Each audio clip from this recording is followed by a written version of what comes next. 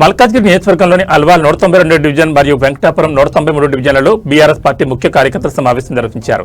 ఈ కార్యక్రమానికి ముఖ్య అతిథిగా మల్కాజ్గిరి ఎమ్మెల్యే మరి రాజశేఖర రెడ్డి మరియు తెలంగాణ రాష్ట్ర ఎంబసీ కార్పొరేషన్ డెవలప్మెంట్ మాజీ చైర్మన్ నందికంటి శ్రీధర్ పాల్గొని పార్టీ శ్రేణులకు దిశానిర్దేశం చేశారు.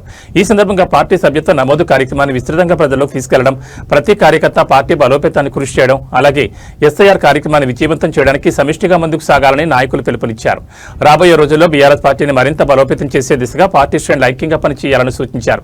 కార్యకర్తల మధ్య భేదాభిప్రాయాలు లేకుండా కలిసికట్టుగా పనిచేయాలని ఎమ్మెల్యే పేర్కొన్నారు. ఈ కార్యక్రమంలో కమిటీ సభ్యులు వీరేష్ యాదవ్, వెంకన్న, ఖలీల్, లడ్డు, ఆనంద్, అరుణ్ రావు మరియు నాయకులు ఢిల్లీ పరమేష్, శరణ్ గిరి, సుధీర్, విఎన్ రాజు, రాజేందర్, శ్రీనివాస్, లోకేష్, మురళి, సాజిద్, లింగారెడ్డి, అరుణ్, రెహ్మత్ ఖాన్, యాదగిరి, అరవింద్, ప్రేమ్, రాజు మరియు పెద్ద సంఖ్యలో నాయకులు కార్యకర్తలు పాల్గొన్నారు.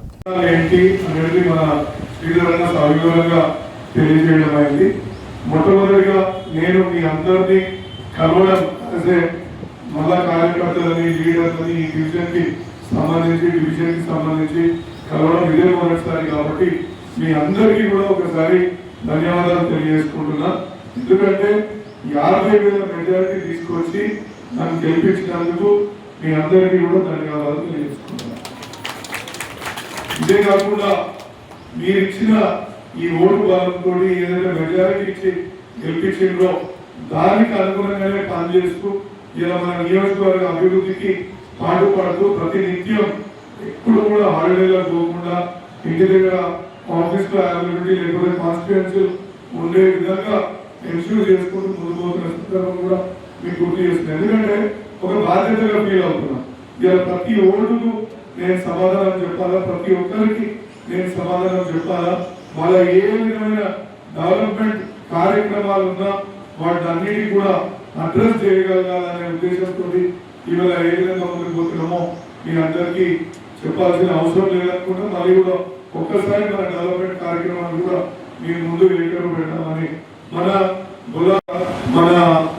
వెంకటాపురంలో కూడా ప్రతిసారి భూదేవి పోవాలంటే ఇబ్బందులను అధిగమించడానికి ఏ విధంగా నిర్మించుకుంటున్నామో అనేది మీ అందరికి తెలిసిన విషయమే. రైల్వేలతోటి సుమారు 2.5 సంవత్సరాలు పోరాటం చేస్తే వీటన్నిటికీ కూడా పర్మిషన్లు తీసుకొని ఇవాళ మనం ముందుకు వచ్చినాయి. అంటే ఒక రైల్వే ప్రాజెక్ట్ ని కంప్లీట్ చేయాలంటే రైల్వే అధికారులు కాకుండా మన రాష్ట్ర అధికారులతో కూడా సమన్వయం చేసుకుంటూ ముందుకు వెళ్ళాల్సి వస్తుంది. అక్కడ ఎన్ని ఇంట్లు పోతాయి, వాళ్ళ ఇంజనీర్లు మన ఇంజనీర్లు కలిసి ఎంత డెప్త్ ఉండాలా, ఎంత వెడల్పు ఉండాలా, ట్రాఫిక్ ఎంత పోతుంది అని లెక్కలు వేసుకొని ఇవాళ ప్రాపర్టీ పోతుంటే వాటికి కంపల్సేషన్ ఏ విధంగా చేయాలా, అంత తక్కువ ప్రాపర్టీ పోయే విధంగా చూసుకోవాలి. అదేవిధంగా యూటిలిటీస్ మన డ్రైనేజీలు కట్టుకునేది, ఏదైనా ఎలక్ట్రిక్ పోల్స్, మీ అన్నింటికంటే అంటే ఇబ్బందికరమైన రైల్వే డిజైన్ ఆర్యూటీ ఏదంటే మన లయోలా దగ్గర ఉన్నది. ఎందుకంటే మెయిన్ రోడ్ దగ్గర ఉంది. రెండోది చాలా కేబుల్స్, అక్కడ వాటర్ లైన్లు కూడా అనేకం అక్కడ నుంచి పోతున్నాయి కాబట్టి దాన్ని ఇన్స్పెక్షన్ చేయించుకుంటూ దాన్ని ముందుకు తీసుకుపోవడం వల్ల ఆఫీస్ లో ఉంటూ అంటే పదే అదే చెప్తున్నాం. ఏం గొప్పదనం 15 రోజులకు కూడా ఉండి కూడా పనులు చేసుకోవచ్చు చాలా మంది అంటారు. ఇవాళ 119 నియోజకవర్గాలలో ఎల్ఓసీలు మళ్ళీ అదేవిధంగా సీఎం రిలీఫ్ ఫండ్లు ఇప్పించే దాంట్లో మనం నంబర్ 1 ఉన్నాం. ఎందుకు నంబర్ 1 ఉన్నాం? నా దగ్గరకు వచ్చిన వెంటనే నేను అది ఆఫీస్కి పంపించి దానికి దానికి కావాల్సిన ఏవైతే మనం పనులు చేసుకోవాలో అవన్నీ చేసుకొని ముందుకు పోతున్నాం. నేనే అదే 15 రోజులకు ఒకసారి కనిపించిన నేను హాలిడేలకు పోతున్నా లేకపోతే ఇంకో దగ్గర పోతున్నా అంటే 15 రోజులు పెండింగ్ అయిపోయింది. 15 రోజుల తర్వాత మళ్ళీ నేను వచ్చి సంతకాలు పెట్టాక అది ముందుకు పోవాలి. ఇంకా యూనివర్సిటీలో కీలకం ఏంటంటే వాళ్ళ ఆపరేషన్ టేబుల్ మీద ఉంటారు, మనం సంతకం పెట్టకపోతే మళ్ళీ అది పోస్ట్పోన్ అయ్యే సందర్భం కూడా ఉంటుంది. కాబట్టి ఇది ఒక బాధ్యతగా తీసుకొని ముందుకు పోతున్నాం. అదేవిధంగా అరుంధతి హాస్పిటల్ని కూడా ఏర్పరిచి నా వంతు సహాయంగా, ఎందుకంటే నేను ఎప్పుడు బిలీవ్ చేస్తాను ఒక పర్సన్ ని మనం సహాయం చేసే కంటే ఒక సమూహానికి ఒక ఏరియాకి మనం హెల్ప్ చేయగలిగితే మన వడ్డర బస్తీ కులస్తులని ఇబ్బంది పెడుతుంటే నేను ధైర్యంతో ఎందుకు నేను కొట్లాడుతున్నా అంటే మా చార్జ్ బై బాడీ బిల్డర్ ఇలా పైన మాతోటి ఉండడం అనే ఒక ధైర్యంతో. ఎందుకంటే ప్రతినిత్యం అన్నా చెప్తే నువ్వు ఎప్పుడు చెప్పు నీ ముంగడ మా 10 మందితో నేను నిలబడతా, నువ్వు ఇట్లనే కొట్లాడు అని మా జార్జ్ భాయ్ కూడా పదే పదే చెప్పాడు. అట్లనే రాజన్న ఇలా ఎందుకు మరి ఈ మధ్య కాలంలో ఏం బిజీ ఉన్నాడో నాకు తెలియదు, కానీ ముందు నా ఎలక్షన్ల టైంలో అయితే ఏ విధంగా పనిచేస్తుండో అది నాకు తెలుసు.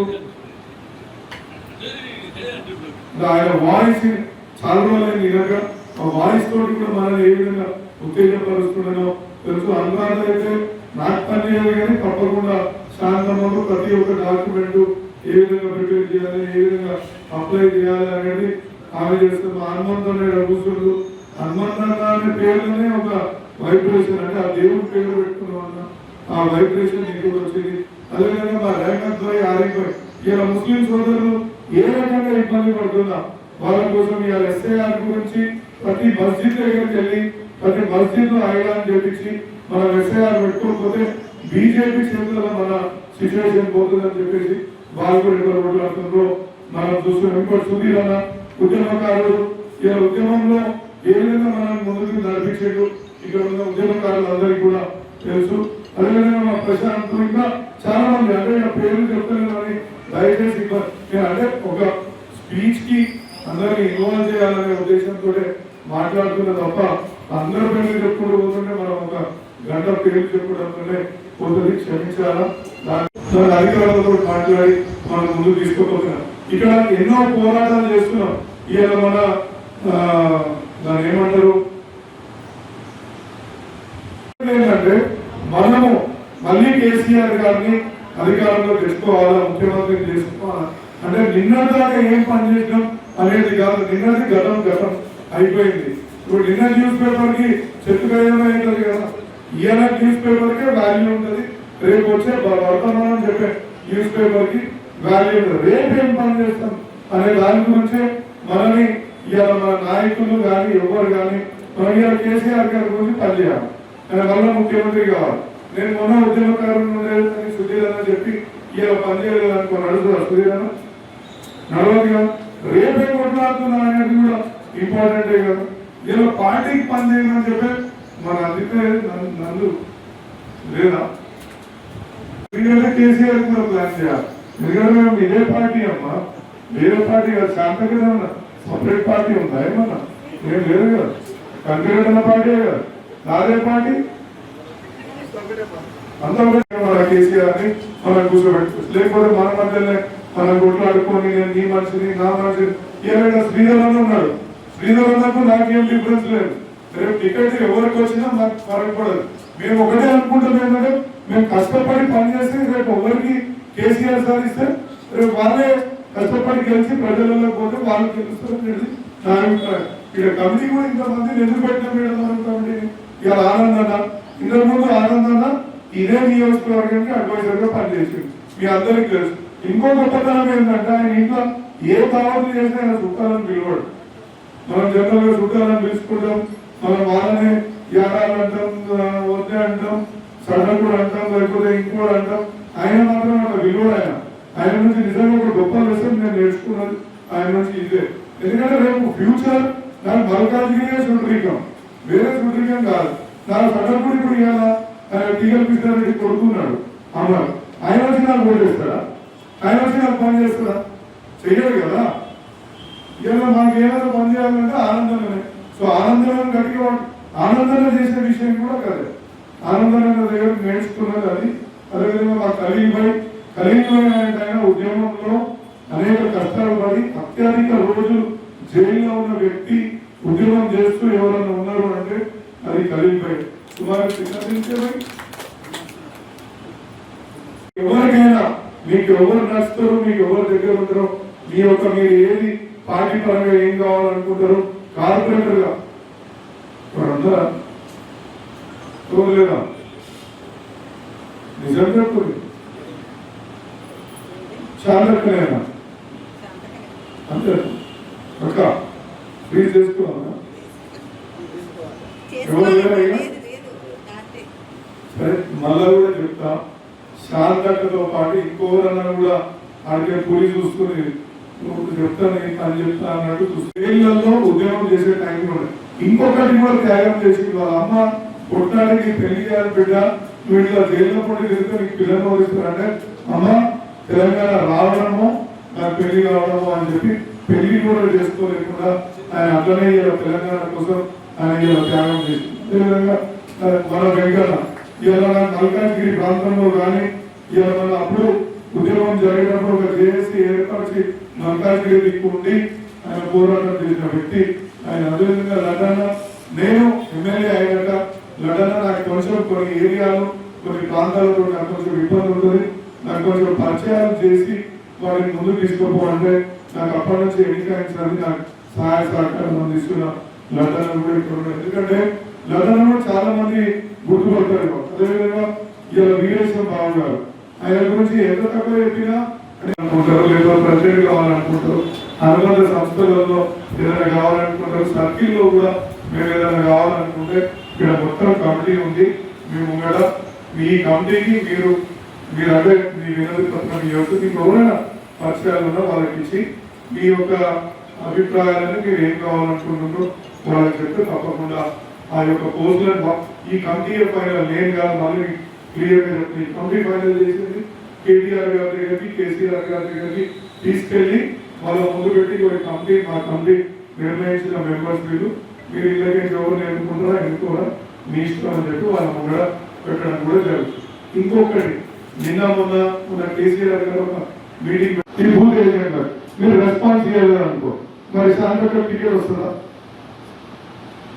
శాంతకం అడుగుతున్న టికెట్ మరి ఏమమ్మా నీ దాంట్లో అసలు ఎవరు రెస్పాన్స్ లేదు. మరి ఇదేం చూస్తా రేపు తర్వాత నువ్వు ఎమ్మెల్యే అయ్యేటప్పుడు నీ సంగతి కూడా చూస్తా.